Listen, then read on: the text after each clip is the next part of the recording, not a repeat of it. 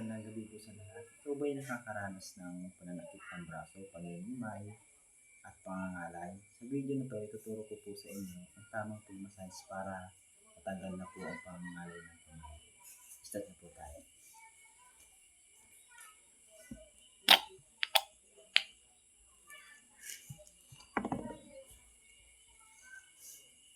Lalagyan mo natin siya ng massage oil, ang buong braso.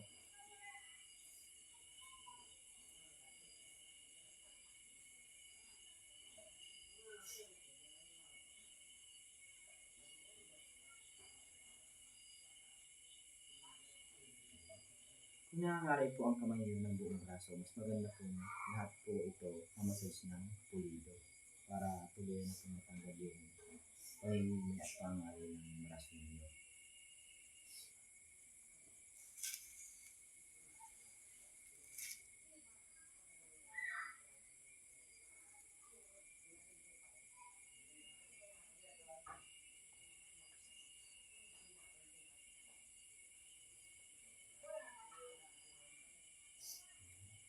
Na tayo maglagay ng oil. Mag-start na po tayo ng massage.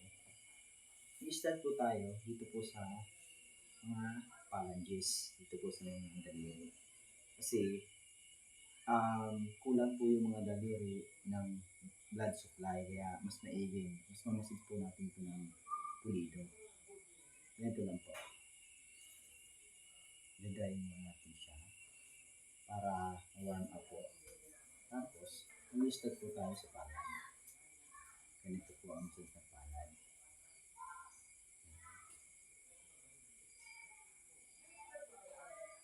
Malapit po rito sa inalaki. Ito po, may muscle dito sa may inalaki. Ang tawag po dito is talar muscle. Dito naman po sa kabila, hypotalar muscle. Pag na-massage natin itong talar muscle at hypotalar muscle, pag natapos na po natin itong massage, yung may diin po, nasa medium yung diin ng massage para maipit po yung massage, hindi yung basta lang massage. Yan. Tapos na natin itong dalawa, talar muscle, hypotalar muscle. Dito naman po tayo sa ibabaw ng kamay. Yan. Dito. Tapos pupuliduhin po natin yung massage dito sa inalaki, ng dahan-dahan. Ganito po. Slowly lang po para pwede nyung tanongin yung client kung gustong hard or medium lang. Pag light po kasi, hindi masyadong mag-i-effect yung massage. Walang mangyayari sa inyo pag light. So, kailangan natin matanggal kasi yung pangingimay at pangangalay ng kamay.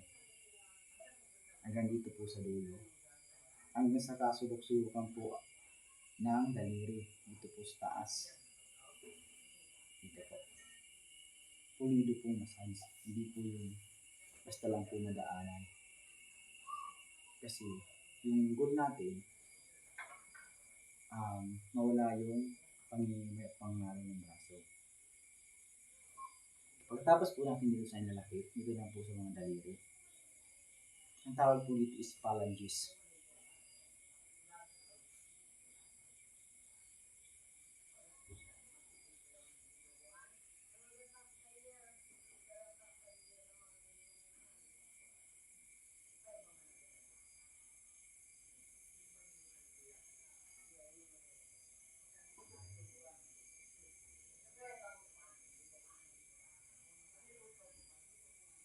Pulido po massage, hindi po yung basta-basta massage lang po.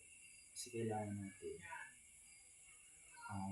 napagana, mafunction yung mga blood supply, the fluid of life dito sa mga daliri.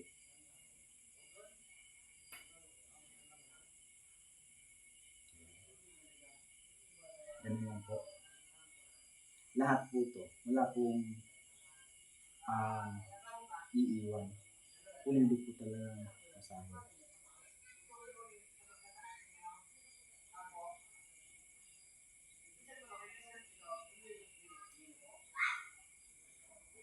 Ganito, parang kitang-kita. hindi naman po masyadong naiipit.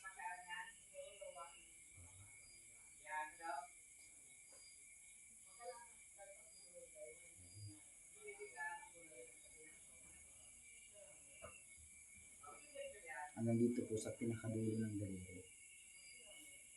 Ayan, dito po. Ito sa mga dulo po ng kamay. Ito. Mas maganda po may pressure. Tapos pag namasas na po natin dito sa phalanges, dito daw po tayo sa likod ng kamay. Yung mga kanal po dito sa kamay, lahat po dapat napadaanan po nang walang palya. Yung hindi mo papalya, yan dito po. Tapos dito ka na, dapat hanggang pag ito ka, dapat dito ka muna. Huwag ka muna tatalong dito. Hindi po yung message mo.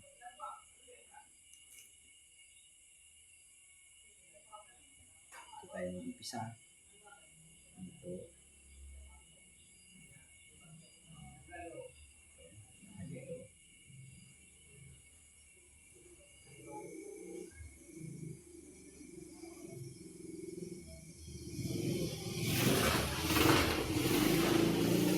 Pagtapos na po tayo dito sa carpal, aakyat naman po tayo dito sa forearm, brachioradialis.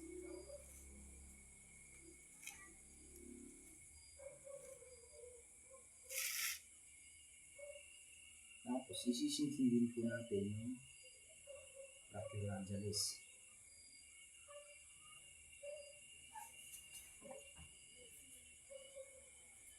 Hindi po yung gano'n lang po. Hindi lang po. Dapat po ganito. Yung mararamdaman niya na minamasahin talaga siya ng totoo. Hindi basta-basta lang. Matapos mo ng massage, okay na. Hindi po ganun. Hindi mawawala yung pangingimay at pangangalay ng braso niya kung ganun lang. Wala. Sayang yung bayad ng client. Sayang.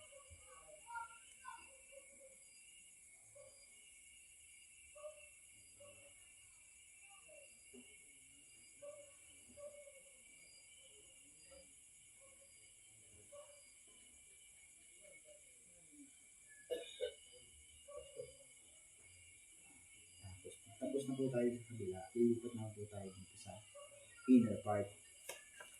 Lalagyan po natin siya ng massage point para lumulas. Dito na po tayo sa inner part. Pag nakakapa po kayo ng mga muscle na matigas, kailangan po siyang madurog para mag-circulate po yung muscle. Madurog yung mga lamig-lamig dito sa muscle, yung mga toxins. Ayan.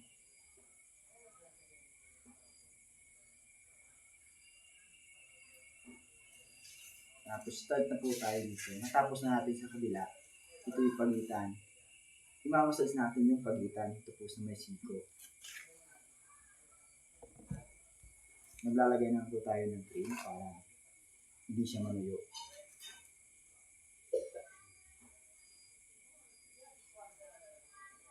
Imamassage natin yung siko ng circular motion.